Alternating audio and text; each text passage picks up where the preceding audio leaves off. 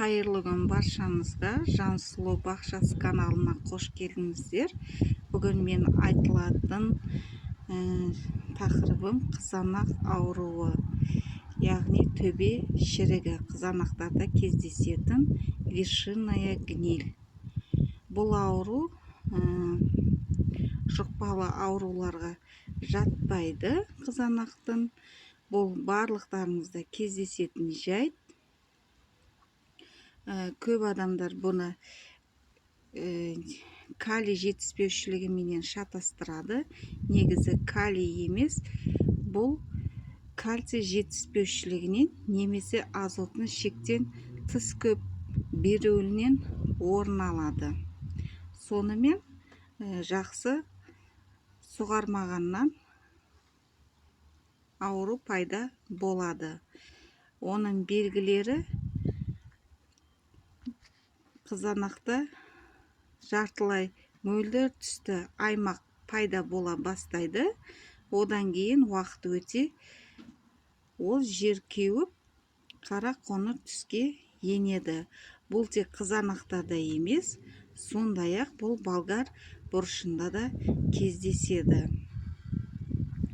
Ал енді біз көктемнің уақытында қызанақ еккен кезде тыңайтқыш берсек те, осындай кальций жетіспеушіліктер байқалғаннан кейін осындай төбе шіріктері пайда болады.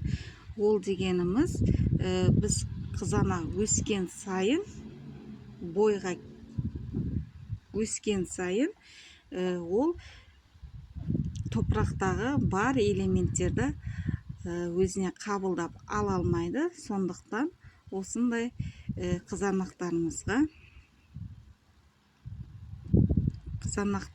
ауырып бастайды.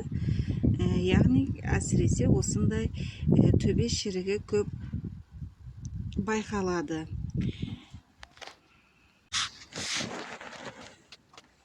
Бағана айтып өткенімде, аурудың себебі кальций жетіспеушілігі. Енді мен айтатыным, емін айтамын.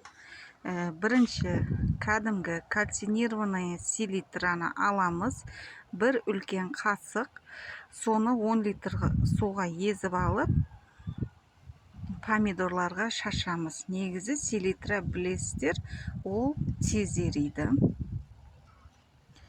Кәдімгідей пультивизатор менен жапырақтарына шашып шығу керек. Ал енді